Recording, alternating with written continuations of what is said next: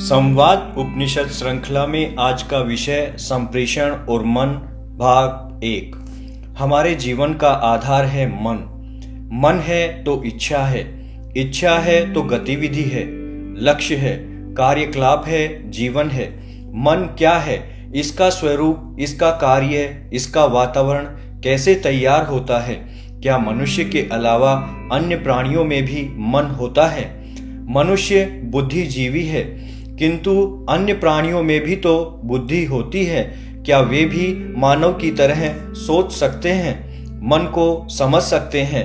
मनुष्य धर्म के प्रति सचेत रहता है, जीवन के लक्ष्य के प्रति सचेत रहता है। सभी शास्त्र मनुष्य के लिए लिखे गए हैं। सबका लक्ष्य एक ही है, मन को समझना। मन में ही ऐसा क्या है जिसे समझने की आवश्यकता है? जो मन हमें भाषित होता है, अनुभूत होता है, वह शुद्ध मन नहीं है, उसका प्रतिबिंब मात्र है। उस मूल मन पर आवरण है प्रकृति के, हमारे कर्मों के। जो कुछ समझ में आता है असल में वह बहुत भिन्न है। इस भिन्नता के कारण ही हम जीवन की उलझनों से बाहर नहीं निकल पाते, सुख का अनुभव नहीं कर पाते, जीवन भर थपेड़े खाकर भी शांति प्राप्त नहीं कर पाते। सृष्टि का अर्थ है कुछ नया पैदा करना। जो कुछ पैदा हो उसमें सृष्टि के सभी मूल तत्व रहें, सृष्टि के साथ जुड़ाव भी बना रहे, तभी वह सृष्टि का अंग है। इसलिए सृष्टि में हर इकाई षोडशी अर्थात 16 तत्वों से युक्त मानी गई है। षोडशी पुरुष का रूप वेदों में विस्तृत रूप से उल्लिखित है। पुरुष कहते हैं पुर में रहने वाले जीव चैतन्य को। पुर का अर्थ है जिसका केंद्र हो, परिधि हो। मनुष्य भी षोडशी पुरुष है। सृष्टि का मूल अव्यय पुरुष है, जो अक्षर और क्षर सृष्टि का निर्माण करता है। अव्यय पुरुष में आनंद, विज्ञान, मन, प्राण और वाक नामक 5 कलाएं हैं। ये सभी विशुद्ध रूप में है। शुद्ध आनंद ही ब्रह्म है, शुद्ध विज्ञान ही बुद्धि है। इसी बुद्धि का प्रतिबिंब हमारी बुद्धि है। यह विज्ञान बुद्धि जब सृष्टि विस्तार का विचार करती है तब मध्य कला स्वरूप मन की ओर चलती है। मन को केंद्र में रखकर प्राणों द्वारा वाक रूप सृष्टि का निर्माण होता है, जिसको नाम रूप कर्म से जाना जाता है। संपूर्ण सृष्टि में मन अव्यय के मध्य कला रूप में निर्गुण भाव में एक ही है। इसे ही आत्मा के नाम से जाना जाता है। यही जब अक्षर रूप में विस्तृत होता है तब प्रकृति सत रज तम से घिरकर नए स्वरूप में आता है। अहम पैदा होता है और यही अहम जीव को ईश्वर से अलग करता है। मन के इस प्रतिबिंब से ही जो त्रिगुण युक्त रहता है वह हमारा परिचय होता है। शुद्ध मन, जिसको स्वोशियस मन कहते हैं, उसको जानने की क्षमता साधारण मनुष्य में नहीं होती। श्रीमद् भगवत गीता में श्री कृष्ण कहते हैं कि अव्यय ही सृष्टि का आलंबन है, तो इसका तात्पर्य भी मूल निर्गुण मन से ही है। सबके भीतर यही एक आत्मा रूप में स्थित रहता है। जो मुझ में है सो तुझ में है। जीवन में हमारी विभिन्न भूमिकाओं का आधार मन ही है। मन के साथ अक्षर सृष्टि के ब्रह्मा, विष्णु और इंद्र भी प्राण रूप में जुड़े होते हैं। ब्रह्मा पोषण भी करता है, विस्तार भी करता है। विष्णु भेषज और इंद्र संहार अथवा परिष्कार करता है। अव्यय की 5 कलाओं के साथ मिलकर ये त्रिदेव तत्व अग्नि सोमात्मक जगत का निर्माण करते हैं। क्षर सृष्टि विकसित होती है, इसमें प्राण प्रधान होते हैं। मन केंद्र में दबता चला जाता है, आवरण बढ़ते जाते हैं। यही कारण है कि क्षर पुरुष की 5 कलाएं प्राण, अप, वाक, अन्न, अन्नाद में मन का नाम नहीं है। क्षर में अव्यय के मन का छाया रूप प्रतिबिंब आ रहा है। इस पर त्रिगुण का मिश्रित आवरण रहता है। मन की तरह हमारी बुद्धि भी त्रिगुण से आवृत रहती है। अभ्यास और संकल्प के द्वारा इसे प्रज्ञा रूप में जाना जा सकता है। उससे आगे चलकर यह महान कहलाती है और अंत में विज्ञान बुद्धि के रूप में आनंद के साथ जुड़ जाती है। मन को चंचल कहा गया है। इसका कारण है हमारी इंद्रियां अलग अलग विषयों से प्रतिपल जुड़ती रहती हैं। इंद्रिय निग्रह को ही वीरता का सूचक कहते हैं और इसी से व्यक्ति महावीर बन सकता है।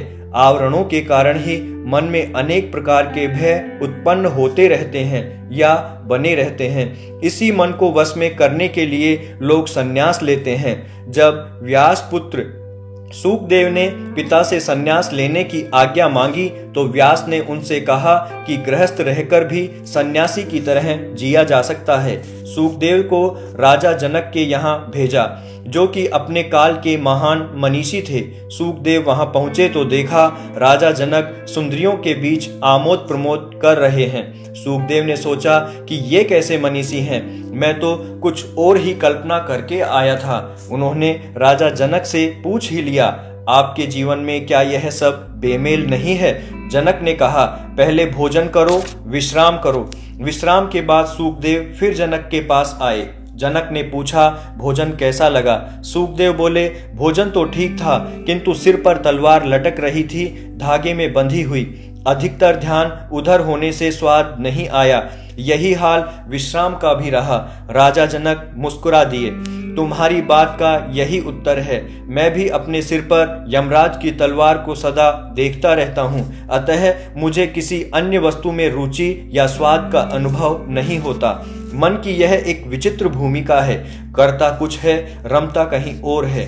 इसीलिए इसको जानना, समझना और नियंत्रण में रखना दुर्लभ कहा गया है और आवश्यक भी माना गया है, क्योंकि यही बंधन तथा मुक्ति का हेतु बनता है। इसी के नियमन से मूल मन को जाना जा सकता है, अन्य कोई मार्ग है ही नहीं। अनंत प्राण और अनंत वाक के विभिन्न रूप इसी मन के साथ जुड़े रहते हैं। इसी से यह नाना प्रकार का दिखाई देता है। मन हमारी पहचान बनाता है, हमारी इच्छाओं की जन्म भूमि है। मन से ही हमारी कांति बनती है, मन ही हमारी भाव भूमि है।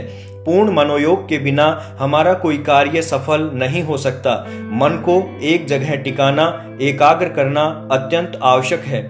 इससे ध्यान, धारणा और समाधि का कार्य स्वतः प्रशस्त होता है। अव्यय मन, जिसमें कभी चंचलता रूपायित नहीं होती, वहां तक पहुंचा जा सकता है। मन, प्राण और वाक सदा साथ रहते हैं, अविनाभाव है। हमारे स्थूल, सूक्ष्म और कारण शरीर का संचालन इसी सिद्धांत से होता है। अव्यय से निकला मन फिर से अव्यय रूप आनंद में मन में लीन होने के लिए उम्र भर छटपटाता ही रहता है। इसलिए उसे अन्यत्र पदार्थों में शांति और आनंद का आभास नहीं होता। उसे तो आनंद का सहवास चाहिए। आनंद के क्षणों में मन कुछ और ही दिखाई पड़ता है, सब कुछ भूल जाता है। आह्लादित मन नैनों से नीर बहाता हुआ किसी और ही जगत में खो जाता है। इच्छाएं मन में पैदा होती हैं, कैसे पैदा होती हैं कोई नहीं जानता, पैदा की भी नहीं जा सकती। या तो वे पूरी की जा सकती हैं या दबाई जा सकती हैं। दबाने का हमारे यहाँ निषेध है। उन्हें अन्य भावों में परिवर्तित करने की सलाह दी जाती है। दबी हुई इच्छा कब किस रूप में फूट पड़े कहा नहीं जा सकता। मन का आधार है अन्न। अन्न ही मन को त्रिगुण भाव में बांधता है। अन्न का अर्थ है भोग्य सामग्री। जो कुछ हम खाते हैं वह प्रमुख है, किंतु जो कुछ सुख, सुविधा, कष्ट हम भोगते हैं वे भी हमारे मन का पोषण करते हैं। हमारा वातावरण, स्वजन, परिजन, मित्र आदि भी मन का पोषण करते हैं। हमारी उपासना, स्वाध्याय अथवा चिंतन भी मन को समझने में सहायक होते हैं। खानपान से हमारा शरीर बनता है। रस, रक्त, मांस, मेद, अस्थि, मज्जा और वीर्य नामक सप्त धातुओं का निर्माण होता है। शुक्र हमारे ओज और मन का कारण है। इसी प्रकार हमारे शरीर की षट चक्र व्यवस्था प्राण संग्रह करती है, विसर्जन करती है और हमारे सूक्ष्म शरीर के माध्यम से स्थूल और कारण शरीर का पोषण करती है। कारण शरीर तक पहुंचने का मार्ग भी स्थूल ही है। स्थूल से सूक्ष्म में होते हुए हम कारण शरीर तक पहुंच सकते हैं।